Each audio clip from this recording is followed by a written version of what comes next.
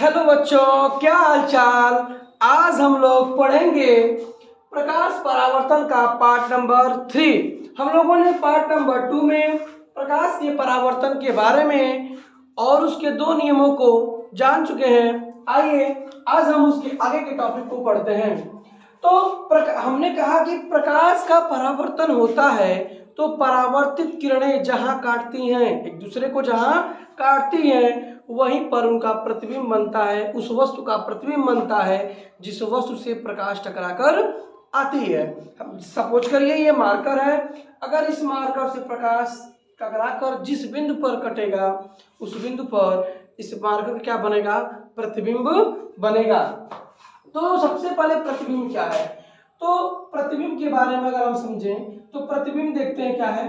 तो हमने कहा कि किसी वस्तु से प्रकाश परावर्तन होकर जिस बिंदु पर, जिस जगह पर एक दूसरे को काटती है, उस वही बिंदु उस वस्तु के पहले वाले बिंदु का क्या होगा, प्रतिबिंब होगा।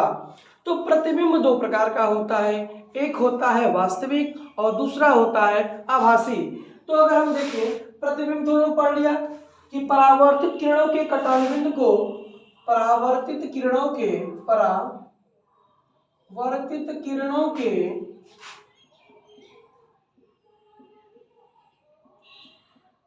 कटान बिंदु को प्रतिबिंब कहते हैं। प्रतिबिंब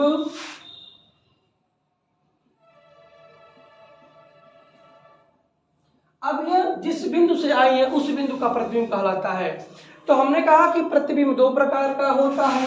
पहला प्रतिबिंब होता है आभासी, और हम वास्तविक लेते हैं। पहला प्रतिबिंब होता है वास्तविक और दूसरा प्रतिबिंब होता है आभासी। तो अगर हम वास्तविक प्रतिबिंब के बारे में बात करें तो वास्तविक प्रतिबिंब हम कह सकते हैं कि जिस बिंदु पर दोनों किरणें या दो से अधिक किरणें एक दूसरे को वास्तव में काटती हैं, वहां पर वास्तविक प्रतिबिंब बनता है। और जहां पर किरणें काटती हुई केवल प्रतीत होंगी, काटती नहीं है, काटती हुई केवल प्रतीत होंगी, उन्हें हम कहते हैं आभासी प्रतिबिंब। हम लोग जब किरण आरेख पढ़ेंगे तो उसमें एकदम आप लोगों को दिखाई देगा कि कैसे प्रकाश वास्तव में काट रही है और कैसे प्रकाश वास्तव में नहीं काट रही है। हमने कहा कि जिन बिंदु पर परावर्तित किरणें वास्तव में काटती हैं उसे वास्तविक प्रतिबिंब कहते हैं, और जिस बिंदु पर किरणें वास्तव में काटती नहीं है, केवल काटती हुई प्रतीत होती हैं, उसे आभासी प्रतिबिंब कहते हैं। दूसरा क्या है, पहला तो हमने कह दिया कि आभासी प्रतिबिंब और वास्तविक प्रतिबिंब वास्तव में ये काटती है और ये वास्तव में किरणें काटते ही नहीं है। दूसरा हम कह दें तो वास्तविक प्रतिबिंब उल्टा बनता है और आभासी प्रतिबिंब सदैव सीधा बनता है। हमने कहा कि वास्तविक प्रतिबिंब कैसा बनता है, उल्टा बनता है, और आभासी प्रतिबिंब कैसा बनता है, सीधा बनता है। अगली बात करें, सबसे मोस्ट इंपॉर्टेंट, एग्जाम में भी क्वेश्चन पूछता है कि किस प्रतिबिंब को हम पर्दे पर प्राप्त कर सकते हैं। तो वास्तविक प्रतिबिंब को हम पर्दे पर प्राप्त कर सकते हैं, जबकि आभासी प्रतिबिंब को हम पर्दे पर प्राप्त नहीं कर सकते। तो हम लोगों ने वास्तविक और आभासी प्रतिबिंब के बारे में जाना। हम फिर रिवीजन कर दे रहे हैं कि जब परावर्तित किरणें वास्तव में किसी बिंदु पर काटती हैं तो वास्तविक प्रतिबिंब, जब काटती नहीं है, काटती हुई प्रतीत होती हैं, आभासी प्रतिबिंब। वास्तविक प्रतिबिंब उल्टा बनता है, आभासी प्रतिबिंब सीधा बनता है। इसे हम पर्दे पर प्राप्त कर सकते हैं, इस प्रतिबिंब को पर्दे पर प्राप्त नहीं कर सकते। आइए अब हम देखते हैं कि प्रतिबिंब बनाने के लिए किस वस्तु का प्रयोग करते हैं। तो हमने कल बताया ही कि परावर्तन जिस भी वस्तु से होगा वहां पर प्रतिबिंब बनेगा। तो यहाँ पर हमारे सिलेबस में हम लोगों ने दो समतल दर्पण और गोली दर्पण से प्रकाश का परावर्तन हमारे सिलेबस में है, और इसके बारे में हम लोग गहन अध्ययन करेंगे। तो इसे नोट कर लीजिएगा। हम चलते हैं समतल दर्पण पे। अगर हम बात करें समतल दर्पण में प्रकाश का परावर्तन, समतल दर्पण में प्रकाश का परावर्तन, या समतल दर्पण से प्रकाश का परावर्तन। देखते हैं कि समतल दर्पण से कैसे प्रकाश का परावर्तन होता है, कौन सा प्रतिबिंब बनता है और उसकी प्रकृति क्या है, आइए हम देखते हैं। तो सबसे पहले हम बात करें समतल दर्पण क्या होता है। तो कोई एक सीधा कांच का प्लेट ले लीजिए, उसे कलाई कर दीजिए, उसके एक पृष्ठ पर कलाई कर देंगे तो वह पृष्ठ क्या हो जाएगा, कांच का समतल दर्पण। सीधा कांच ले लीजिए, उस कांच के एक तरफ कलाई कर दीजिए सिल्वर से या फिर, तो वो कांच क्या हो जाएगा, एक दर्पण बन जाएगा। तो देखें अगर हम दर्पण, ये समतल दर्पण ले लेते हैं जो एक सीधे कांच का पीछे कलई किया गया हुआ है किसी चमकदार पॉलिश से, हम एक यहाँ पर अभिलंब ले लेते हैं। हमने कहा कि प्रकाश का परावर्तन जिस तल पर होता है उस तल पर क्या होता है, तो अभिलंब होता है। और अभिलंब इसे मुख्य अक्ष भी कर सकते हैं, हम अभिलंब के रूप में भी प्रयोग कर सकते हैं। सपोज करिए एक दर्पण यम डैश है, हम इस दर्पण के सामने एक वस्तु ए बी रखे हैं, क्या रखे हैं, ए बी। तो हम और पहले मान लेते हैं इस दर्पण के सामने एक वस्तु क्या रखे हैं, ए बी रखे हैं। तो प्रकाश किरणों के तीन नियम है। प्रकाश किरण, वैसे तो किसी भी वस्तु से हजारों लाखों करोड़ों किरणें आती हैं, परंतु हम सुविधा के दृष्टि से केवल 3 ही रूल का पालन करते हैं। जिस 3 रूल से हम प्रकाश का किरण आगे खींचते हैं हम लोग आगे पढ़ेंगे। आइए देखिए, तो ये किरण अगर समांतर गई, ध्यान दीजिए, अगर ये किरण समांतर गई तो हम लोगों ने पढ़ा है, अब पीछे के साइड तो कलाई किए हैं तो प्रकाश तो पीछे जाएगी नहीं, प्रकाश को टकराकर पुनः वापस आना है। तो हम लोगों ने कल पढ़ा था कि आपतन कोण बराबर परावर्तन कोण। अगर कोई किरण अगर इस पे मान लीजिए 45 डिग्री से, इस अभिलंब से 45 डिग्री से जा रही है तो 45 डिग्री से वापस आएगी। अगर कोई किरण, यह अभिलंब है, और अगर ये कोई किरण 90 डिग्री से जा रही है तो 90 डिग्री से वापस आएगी, अर्थात जिस मार्ग से जा रही है उसी मार्ग से वापस आएगी। क्योंकि अगर यहाँ पे विलंब खींचेंगे तो 90 डिग्री यहाँ होगा और 90 डिग्री यहाँ होगा। तो अर्थात जब किरणें किसी पृष्ठ से 90 डिग्री पे टकराती हैं तो बिना मुड़कर उसी मार्ग से वापस चली जाती है। अगर यह किरण जा रही है 90 डिग्री पे तो पुनः उसी मार्ग से वापस आ जाएगी। तो ये हमने देखा कि ये किरणें गई, टकराकर वापस आ गई, इधर नहीं गई, दर्पण के दूसरे साइड नहीं गई, लेकिन हम आभास कर सकते हैं कि यह किरण पीछे की ओर जा रही है।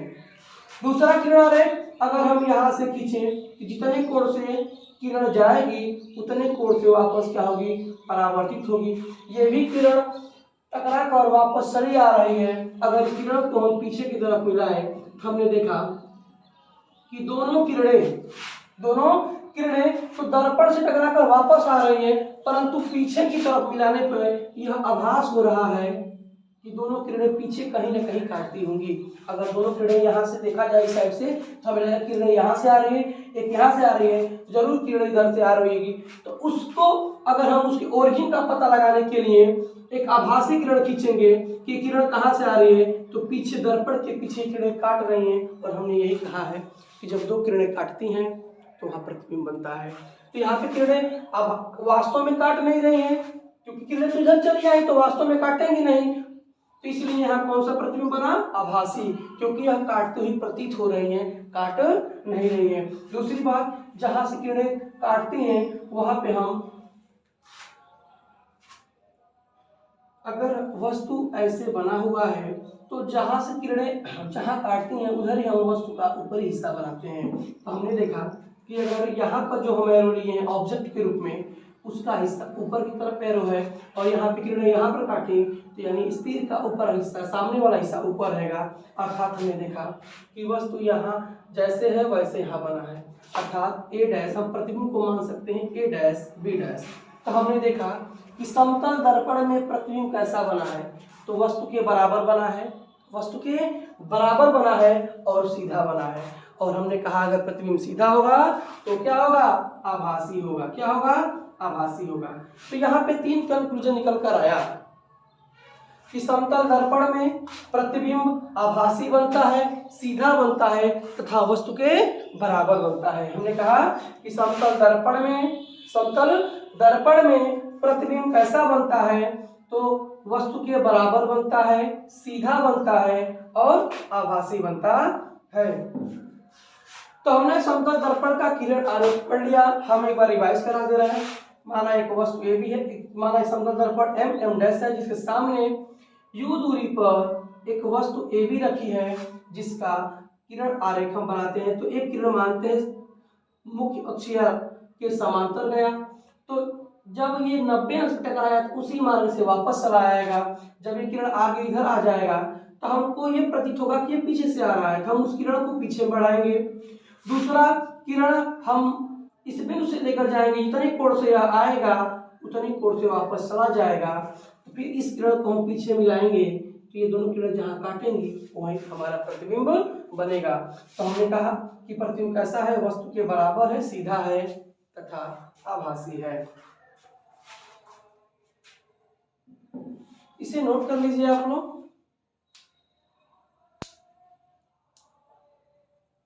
और नोट करने के बाद जरूर 1-2 बार बनाने का प्रयास करिएगा। अब हम चलते हैं गोली दर्पण पे।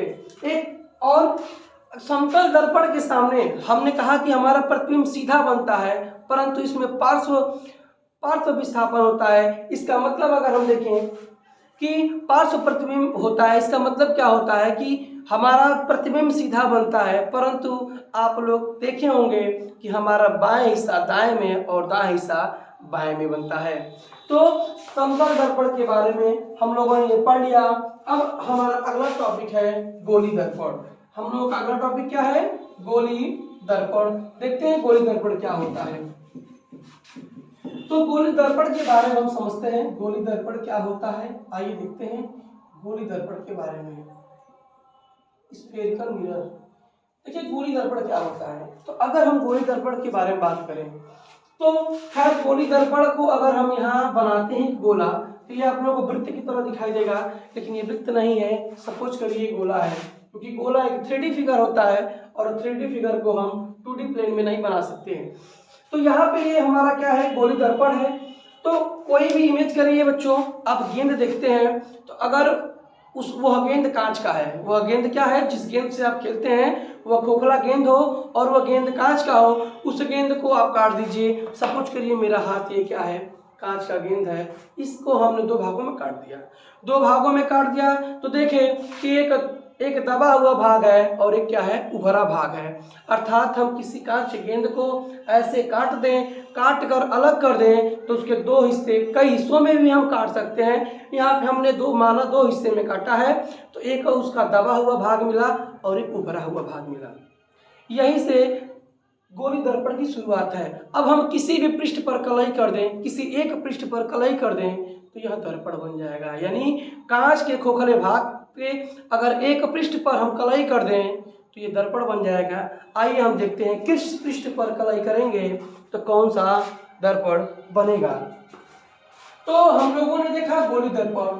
तो गोली दर्पण की परिभाषा, खैर एग्जाम में कभी गोली दर्पण की परिभाषा नहीं पूछता है, फिर भी पढ़ाया जाता है। देखिए क्या है गोली दर्पण की परिभाषा। हमें किसी कांच के खोखले गोले का भाग, गोली दर्पण किसी कांच के खोखले गोले का एक भाग होता है जिसके एक पृष्ठ पर कलई की जाती है।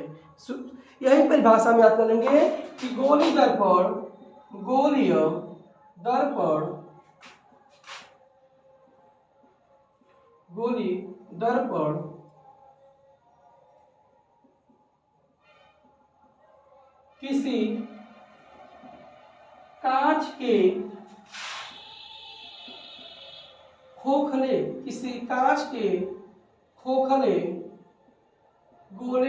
किसी कांच के खोखले गोले का एक भाग होता है जिसके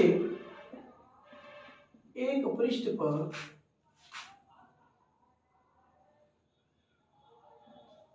कलई की जाती है। कलई अर्थात किसी चमकदार धातु का पेंट किया जाता है, कलई की जाती है।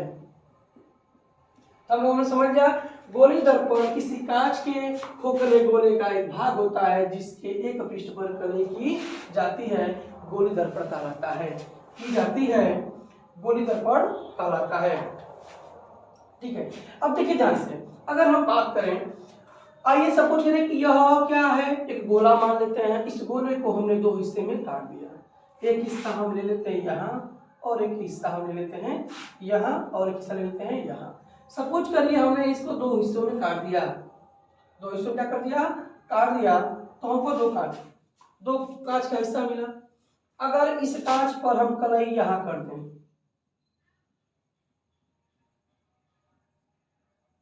और इस कांच पर हम कलई यहाँ कर दें, दोनों की अलग अलग कलई करके बता रहे हैं, दोनों दर्पण के बारे में हम लोग पढ़ लेंगे। हमने देखा इस कांच के दो भागों में काट दिया, अब 3 भागों में काटिए, 4 भागों में काटिए, कोई दिक्कत नहीं है। जितना बड़ा कांच आवश्यकता होती है उतने बड़े कांच गोले में से निकाला जाता है। हमने इसको 2 भागों में काट दिया, तो 2 भागों में काटा तो देखें कि एक कांच के उभरे हुए पृष्ठ पर प्रकाश का परावर्तन होता है, सॉरी एक भाग के उभरे हुए पृष्ठ पर कलई किया है। क्या हमने देखा है कि कभी घर पे अगर शीशा में चेहरा देखते हैं तो उस दर्पण के एक पीछे कुछ न किसी पेंट की गई रहती है, तो क्या हम पेंट के साइड से देखते हैं? नहीं, उसके दूसरे वाले भाग से देखते हैं जिस भाग पे कोई पेंट नहीं हुआ है। अर्थात दर्पण का जो नाम पड़ेगा, गोली दर्पण 2 प्रकार का होता है, एक अवतल और एक उत्तल, उसका जो नाम पड़ेगा वह जिस पृष्ठ से प्रकाश का परावर्तन होगा, अर्थात हम जिस पृष्ठ में चेहरा देखेंगे उस पृष्ठ के नाम पर उसका नाम पड़ा है। तो हम देखें, अगर देखा जाए तो यह इस पृष्ठ के दबे हुए भाग पर पेंट किए हैं, कलई किए हैं। इसका मतलब है कि इसके उभरे हुए भाग से प्रकाश का परावर्तन होगा। देखिए, अगर ये प्रकाश में जाएगा टकरा कर वापस आ जाएगा। अगर इसके उभरे हुए भाग से प्रकाश का परावर्तन होगा तो इसे हम बोलेंगे उत्तल दर्पण। क्या बोलेंगे? उत्तल दर्पण। याद करिए, ऊ से उभरा हुआ भाग तो ऊ से उत्तल दर्पण, अर्थात इसका नाम पड़ा उत्तल दर्पण। क्या नाम पड़ा बाबू?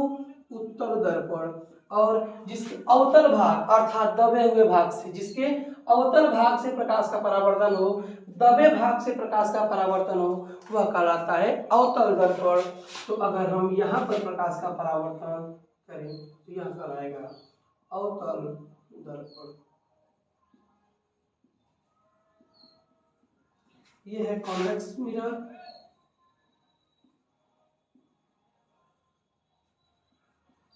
और ये है कॉन्केव मिरर। तो देखिए, हम लोगों ने उत्तल दर्पण और अवतल दर्पण के बारे में जानकारी प्राप्त कर ली कि अवतल दर्पण, उत्तल दर्पण क्या है। हम किसी भी कांच के भाग को अवतल बना सकते हैं और चाहे तो उत्तल बना सकते हैं। वह डिपेंड करता है कि हम उसे किस पृष्ठ पर, उभरे पृष्ठ पर प्रकाश का उभरे पृष्ठ पर कलई करते हैं कि दबे पृष्ठ पर कलई करते हैं। हम लोगों ने उत्तल दर्पण और अवतल दर्पण के बारे में जानकारी प्राप्त कर ली। आइए, अब दर्पण के कई भाग होते हैं, दर्पण के कई बिंदु होते हैं जिनके बारे में हमें अध्ययन करना है। तो हम लोगों चलते हैं दर्पण के बारे में अध्ययन करने। तो दर्पण, इसे नोट कर लीजिएगा, अपने नोटबुक में अवश्य ही बनाइएगा, प्रैक्टिस करिएगा, क्योंकि हमें किरण आरेख हर एग्जाम में न्यूमेरिकल के साथ साथ एक किरण आरेख पूछता है और किरण आरेख की शुरुआत आपकी यहीं से हो रही है, क्योंकि हर किरण आरेख में हमको एक न एक दर्पण बनाना है। तो देखते हैं आगे का, इसे नोट कर लीजिएगा, आप लोग स्क्रीनशॉट ले लीजिएगा। हम आगे चलते हैं ताकि वीडियो लंबा न हो। तो गोली दर्पण हम लोगों ने पढ़ लिया कि 2 होता है, एक अवतल होता है और एक क्या होता है? उत्तल होता है। अब देखते हैं परिभाषाएं, गोली दर्पण से संबंधित परिभाषाएं। गोली दर्पण से संबंधित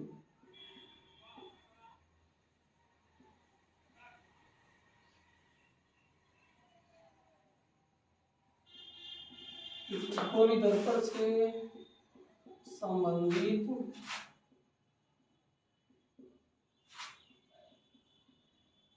परिभाषाएं। आइए देखते हैं कि गोली दर्पण से संबंधित परिभाषाएं क्या है। तो अगर हम बात करें गोली दर्पण से संबंधित परिभाषाओं की, तो सबसे पहले आता है दर्पण का ध्रुव। हम कह सकते हैं दर्पण का ध्रुव। तो देखते हैं, अगर यह गोली दर्पण कोई भी बना लीजिए, उत्तल या अवतल दोनों की निजी परिभाषा है, चाहे वो उत्तल दर्पण हो चाहे अवतल दर्पण हो। चलिए बताइए कौन सा दर्पण है, कमेंट करके बताइएगा कौन दर्पण है। ये कोई दर्पण नहीं है। हमने कहा कि जब तक हम कलई नहीं करेंगे तब तक दर्पण का पता नहीं लगा सकते। अगर हम इस पृष्ठ पर पेंट कर देते हैं तो ये कौन सा दर्पण बन गया, अवतल बन गया बाबू। और अगर एक दर्पण हम यहाँ ले लें, अगर इसके हम अंदर वाले भाग पर पेंट कर दें तो यह कौन सा दर्पण बनेगा, यह उत्तल दर्पण बनेगा। कौन सा दर्पण बनेगा, उत्तल दर्पण बनेगा।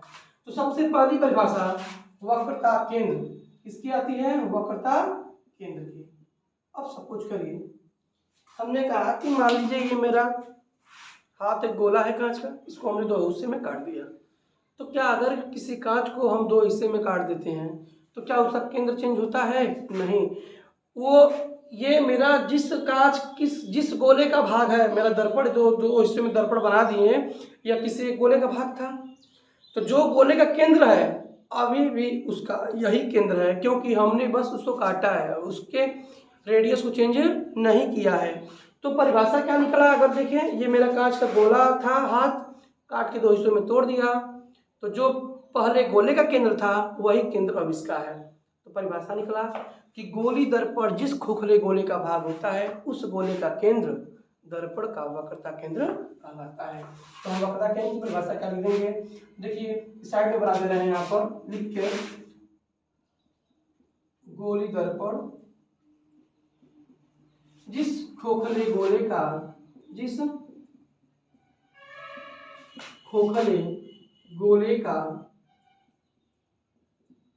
एक भाग होता है, जिस खोखले गोले का एक भाग होता है उस गोले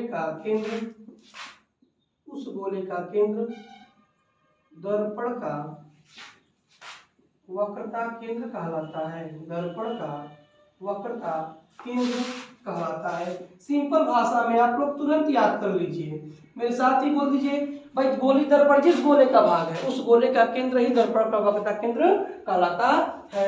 अगर हम यहाँ चित्र बनाए तो देखो साइड में बना दे रहे हैं, ये है अवतल दर्पण जिसका वक्रता केंद्र जो गोले, सपोज करिए ये पहले गोला था, देख लीजिएगा ये पहले गोला था और इसका केंद्र ये था। क्या अगर इस गोले को हम आधा काट दे रहे हैं तो क्या केंद्र चेंज होगा, नहीं। इसलिए परिभाषा बना है कि जिस गोले का भाग है उसी का केंद्र इसका वक्रता केंद्र कहलाएगा। इसे सी से लिखते हैं, उत्तल दर्पण भी बना देंगे, उसका केंद्र यहाँ इसे लिखेंगे हम सी से। समझ में आ गया। अगला हमारा है वक्रता त्रिज्या। अगला हमारा टॉपिक क्या है, वक्रता त्रिज्या। तो हम इसको भी लिख सकते हैं वक्रता त्रिज्या, हेडिंग डालिए वक्रता त्रिज्या। तो हम वक्रता त्रिज्या को क्या लिखेंगे कि गोली दर्पण, सेम परिभाषा सेट कर दे रहे हैं, गोली दर्पण जिस खोखले गोले का एक भाग होता है उस गोले का केंद्र। तो हम इसको नोट कर लीजिएगा, हम इसी में इसको इरेज करके लिख दे रहे हैं, आप लोग इसी शॉर्ट में नोट कर लीजिएगा वक्रता त्रिज्या। इसी में सेट कर दे रहे हैं, जहां केंद्र है वहां त्रिज्या कर दीजिएगा, जहां जहां केंद्र लिखे वहां क्या कर दीजिएगा, त्रिज्या। तो देखिए गोली दर्पण जिस खोखले गोले का एक भाग होता है उस गोले का त्रिज्या दर्पण का वक्रता त्रिज्या कहलाता है। देखिए हम चित्र बनाए तो ये हो गया अवतल दर्पण, ये क्या हो गया अवतल दर्पण।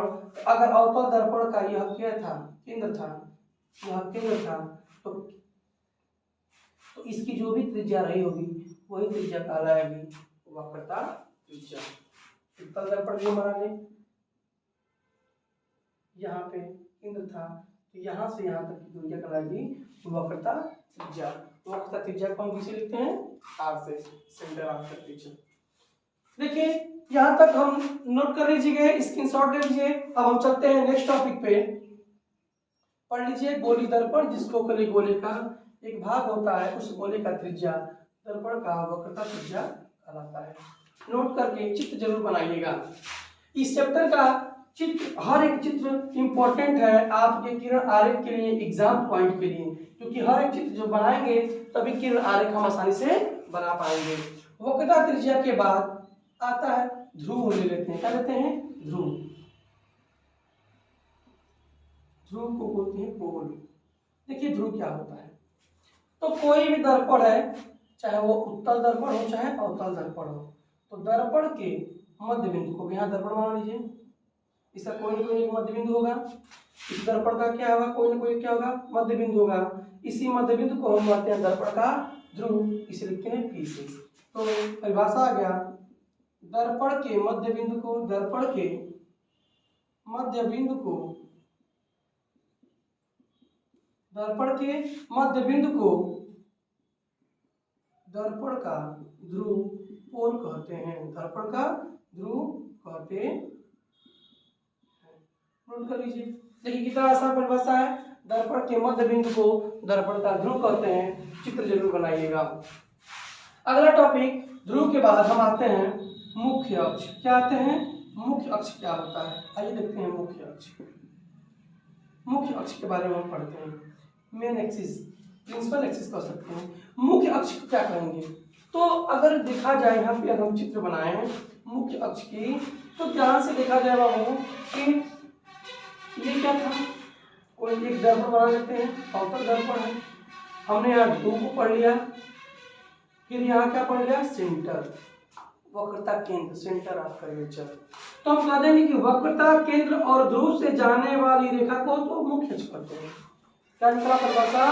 वक्रता केंद्र तथा ध्रुव से होकर जाने वाली रेखा को मुख्य अक्ष कहते हैं। यही हमारा क्या है? मुख्य अक्ष है। क्या है? मुख्य अक्ष। ये भी चित्र बना लेते हैं उत्तल दर्पण का। उत्तल दर्पण में भी ये हमारा सेंटर है, ये हमारा ध्रुव है। वही परिभाषा कि वक्रता केंद्र और ध्रुव से होकर जाने वाली रेखा को क्या कहते हैं? मुख्य अक्ष कहते हैं। तो परिभाषा लिख लीजिए मुख्य अक्ष की,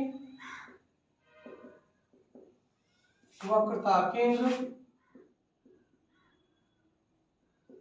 तथा ध्रुव से होकर जाने वाली रेखा को, जाने वाली रेखा को मुख्य अक्ष कहते हैं। रेखा को मुख्य अक्ष कहते हैं। नोट कर लीजिए इसे, चित्र जरूर बनाइएगा हर एक फिगर का। तो मुख्य अक्ष समझ में आ गया। प्रिंसिपल एक्सिस हम समझ लिए क्या होता है। वक्रता केंद्र तथा ध्रुव से होकर जाने वाली रेखा को मुख्य अक्ष कहते हैं। क्या कहते हैं? मुख्य अक्ष। मुख्य अक्ष के बाद हम लोगों ने वक्रता केंद्र पढ़ लिया, वक्रता त्रिज्या पढ़ लिया, मुख्य अक्ष पढ़ लिया। अब पढ़ना है दर्पण का द्वारक। क्या पढ़ना है? दर्पण का द्वारक।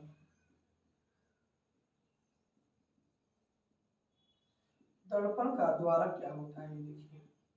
तो दर्पण के द्वारक को हम कह सकते हैं बाबू कि दर्पण के व्यास को, दर्पण के, अगर ये दर्पण इतना बड़ा है तो इसकी जो भी यहाँ व्यास है उसी को हम कहेंगे दर्पण का द्वारक। दर्पण के द्वारक का मतलब है दर्पण के छोटेपन और बड़ेपन से। जो दर्पण जितना छोटा होगा उसका द्वारक उतना ही छोटा होगा, उसका व्यास उतना ही छोटा होगा। तो बोलेंगे दर्पण के व्यास को, ये दर्पण है, इसका जो भी व्यास होगा, दर्पण के व्यास को, दर्पण के व्यास को, दर्पण के व्यास को दर्पण का द्वारक कहते हैं। दर्पण का द्वारक कहते हैं। अगर चित्र को, इसको हम एम डैश मान लेते हैं तो यह दर्पण का द्वारक क्या हो जाएगा? एम डैश दर्पण का द्वारक है। एम डैश क्या है? दर्पण का बाबू द्वारक है। देखिए हम लोगों ने वक्रता केंद्र, ध्रुव, वक्रता त्रिज्या, मुख्य अक्ष और दर्पण के द्वारक के बारे में अध्ययन कर लिया। इसके बाद दर्पण से ही संबंधित आता है फोकस दूरी। क्या आता है? फोकस दूरी, जिसकी परिभाषा इंपॉर्टेंट है एग्जाम के व्यू से। इतने में से शायद बहुत कम चांस है कि एग्जाम में पूछे, लेकिन इसे पढ़ना जरूरी है क्योंकि जब तक पढ़ेंगे नहीं आगे का हिस्सा समझ में नहीं आएगा। लेकिन मुख्य अक्ष दर्पण की जो फोकस की परिभाषा है वो इम्पोर्टेंट है एग्जाम के व्यू से। आइए देखते हैं फोकस दूरी क्या होती है, इसे नोट कर लीजिएगा। दर्पण की फोकस दूरी के बारे में अगर हम बात करें, दर्पण की फोकस दूरी के बारे में बात करें, क्या होता है?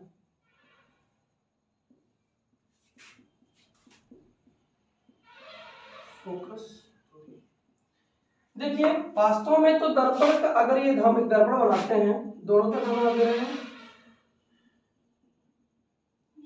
नीचे बनाते हैं, फिर दर्पण की परिभाषा नहीं लिखा है, यहाँ पे हम बना दे रहे हैं,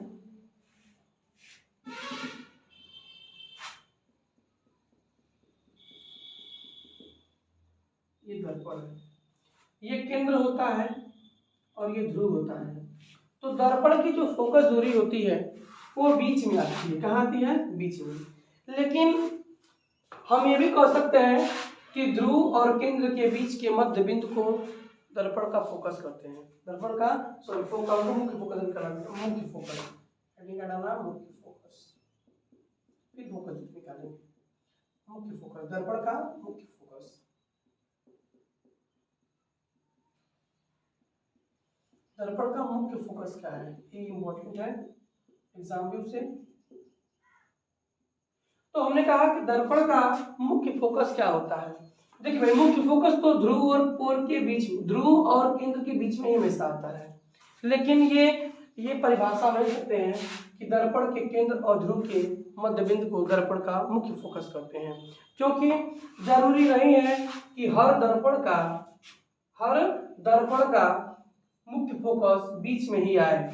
हमारे सिलेबस के अनुसार बीच में ही है, हम जो अपने सिलेबस में पढ़ेंगे उसमें बीच में ही पढ़ना है। परंतु अगर हम मीडियम को चेंज कर दें, तो ये जरूरी नहीं है कि मुख्य फोकस बीच में ही आएगा। लेकिन हमारे सिलेबस में हमको मीडियम ईयर मानना है, और तो हमारा हमेशा फोकस कहाँ आता है? बीच में। तो हम कह सकते हैं कि ध्रुव और केंद्र के मध्य बिंदु को दर्पण मुख्य फोकस करते हैं। लेकिन ये प्योर सही नहीं है, क्योंकि अगर हम मीडियम चेंज कर देते हैं, माध्यम चेंज करते हैं, तो जरूरी नहीं है कि यह मुख्य फोकस बीच में ही है, हो सकता है कुछ आगे या कुछ पीछे भी हो सकती है। तो आइए हम दर्पण की मुख्य फोकस की परिभाषा देखते हैं। तो परिभाषा से पहले देखिए परिभाषा कैसे दिया गया। तो परिभाषा दिया गया कि यह मुख्य अक्ष के समांतर, दर्पण के मुख्य अक्ष के समांतर आने वाली प्रकाश किरणें। तो हमने दर्पण के मुख्य अक्ष के समांतर किरणें ला दिया। देखिए ये मुख्य अक्ष है, इसके समांतर किरणें आ रही हैं। दर्पण के मुख्य अक्ष के समांतर आने वाली प्रकाश किरणें परावर्तन के बाद मुख्य अक्ष के जिस बिंदु को काटती हैं, मुख्य अक्ष जिस बिंदु को काटती हैं, उस बिंदु को ही दर्पण का मुख्य फोकस करते हैं। हमने देखा कि किरणें समांतर आ रही हैं और समांतर आने के बाद दर्पण से परावर्तित होकर मुख्य अक्ष के किस बिंदु को काटती हैं? इस बिंदु को काटती हैं। तो मुख्य अक्ष के जिस बिंदु को काटती हैं उसी बिंदु को कहते हैं दर्पण का मुख्य फोकस, जिसे लिखते हैं एफ से। हम देखते हैं उत्तल दर्पण में भी, उत्तल दर्पण की अगर हम बात करें या उत्तल दर्पण बना दे रहे हैं, उत्तल दर्पण की बात करें तो देखिए उत्तल दर्पण का ये ध्रुव हो गया बाबू, ये केंद्र हो गया। तो उत्तल दर्पण में भी मुख्य अक्ष के समांतर किरणें जाइए, मुख्य अक्ष के समांतर किरणें गया, देखिए किरणें गया। अब होगा ये देखिए किरणें तो टकरा कर वापस आ जाएंगी, क्योंकि दर्पण के उधर जाएंगे नहीं, पालिश हुआ है। तो किरणें टकरा कर जब वापस आ जाएंगी तो मिल तो नहीं रही है, परंतु हमने कहा कि जो किरणें टकरा कर वापस आ रही है उसको जब हम आगे बढ़ाएंगे तो कहीं ना कहीं क्या करेंगे? काटेंगे। कहीं ना कहीं क्या करेंगी? काटेंगे। यहाँ पे थोड़ा सा ऐसे बना लीजिए। तो हमने किरणों को मिलाया पीछे की तरफ, ये किरणें जहाँ काटेंगी वहीं हमारा क्या बनेगा? फोकस। क्या होगा? हमारा मुख्य फोकस। तो देखा हमने कि अवतल दर्पण में किरणें तो वास्तव में काट रही हैं, जबकि उत्तल दर्पण में किरणें वास्तव में नहीं काट रही हैं। तो मुख्य अक्ष की परिभाषा हम अलग अलग नहीं देंगे, एक ही में देंगे। देखिए कैसे, तो दोनों में तो मुख्य अक्ष के समांतर ही आ रहा है, बस अंतर यह है कि इसमें टकराने के पश्चात वास्तव में काट रहा है और यहाँ वास्तव में काट नहीं रहा, काटती हुई प्रतीत हो रही है। तो परिभाषा निकला कि मुख्य अक्ष के समांतर आने वाली किरणें, मुख्य अक्ष के समांतर आने वाली किरणें दर्पण से टकराने के बाद, दर्पण से टकराने के बाद या दर्पण से परावर्तन के बाद मुख्य अक्ष के जिस बिंदु को काटती हैं, मुख्य अक्ष के जिस बिंदु को काटती हैं या काटती हुई प्रतीत होती हैं, उस बिंदु को दर्पण का मुख्य फोकस करते हैं। आइए व्यवस्था लिख देते हैं। यहाँ कि मुख्य अक्ष के समांतर, क्या करेंगे, मुख्य अक्ष के समांतर, मुख्य अक्ष के समांतर आने वाली प्रकाश किरणें दर्पण से टकराने या परावर्तन के बाद, दर्पण से टकराने के बाद या परावर्तन के बाद, दर्पण से टकराने के बाद या परावर्तन लिख सकते हैं, ठीक है, या परावर्तन के बाद मुख्य अक्ष के जिस बिंदु पर, चाहे जिस बिंदु को काटती है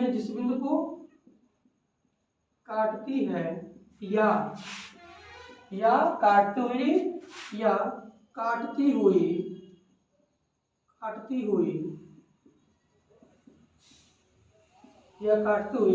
प्रतीत होती है। हमने कहा कि मुख्य अक्ष के जिस बिंदु को काटती है या काटती हुई प्रतीत होती है,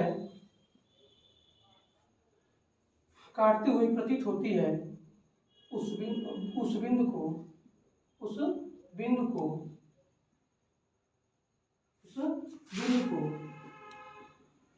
दर्पण का मुख्य फोकस करते हैं। उस बिंदु को दर्पण का मुख्य फोकस करते हैं। इसे नोट कर लीजिएगा और याद भी जरूर करिएगा, क्योंकि यह एग्जाम में पूछ सकता है, जबकि इसके पहले जितनी भी परिभाषा हम बताएं वो एग्जाम में नहीं पूछता है, परंतु अगर उसको हम पढ़ेंगे नहीं तो आगे की जानकारी हमें आसान नहीं लगेगी।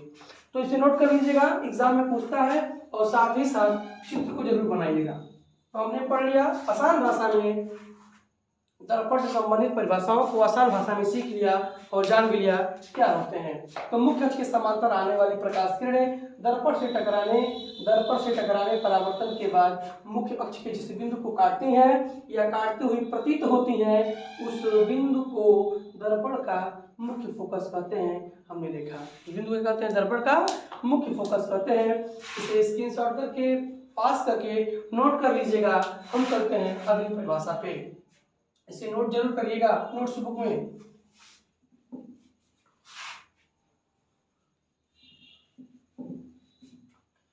अगला है दर्पण का मुख्य फोकस। तो हम लोगों ने पढ़ लिया, अब हम लोग पढ़ेंगे फोकस दूरी। क्या पढ़ेंगे बाबू? फोकस। क्या पढ़ेंगे? फोकस दूरी पढ़ेंगे। आइए देखते हैं फोकस दूरी क्या होती है। तो फोकस दूरी के बारे में अगर हम अध्ययन करें तो देखिए,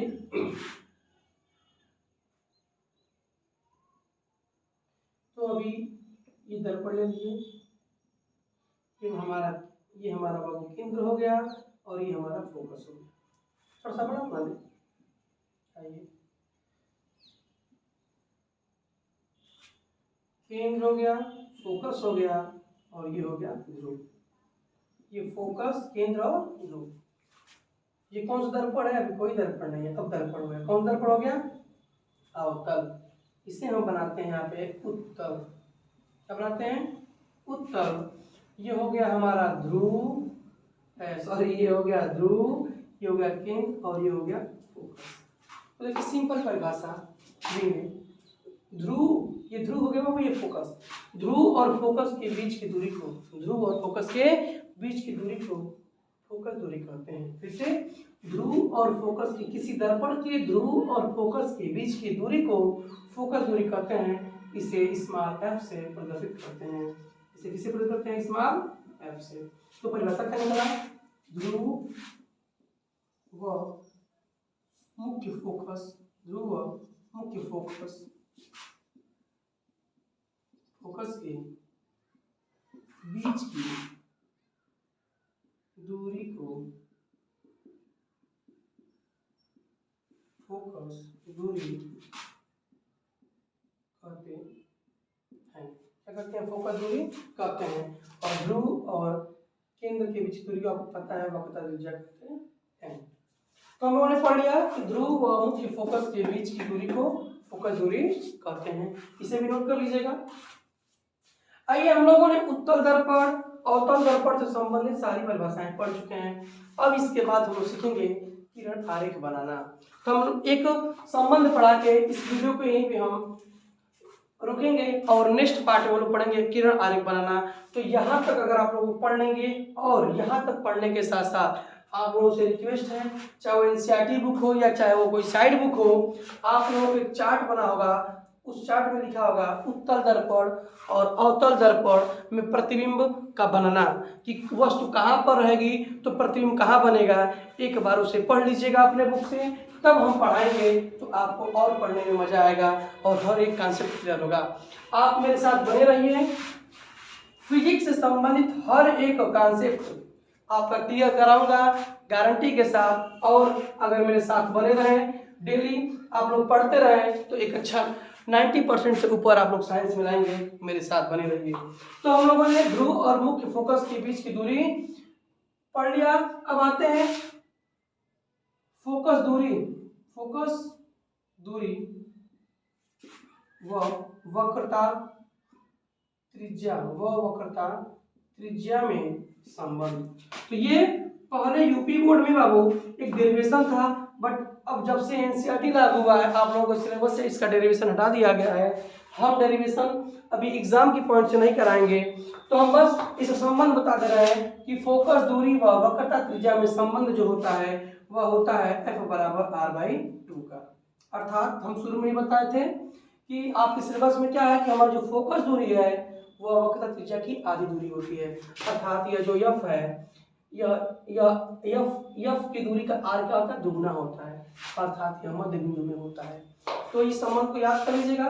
फोकस दूरी व वक्रता त्रिज्या में संबंध जो होता है वो F बराबर क्या होता है, r/2 या r बराबर 2f का संबंध होता है। इसे नोट कर लीजिएगा और याद कर लीजिएगा। और यदि आपको अच्छा लगे तो please like, share and subscribe करिए, मेरे चैनल को आगे बढ़ाइए, और ताकि मैं आप लोग जब इसे और लाइक करेंगे, सब्सक्राइब करेंगे, तो मेरा मनोबल बढ़ेगा और मैं आप लोगों के लिए और अच्छे से अच्छे कंटेंट लाने का प्रयास करूंगा। धन्यवाद।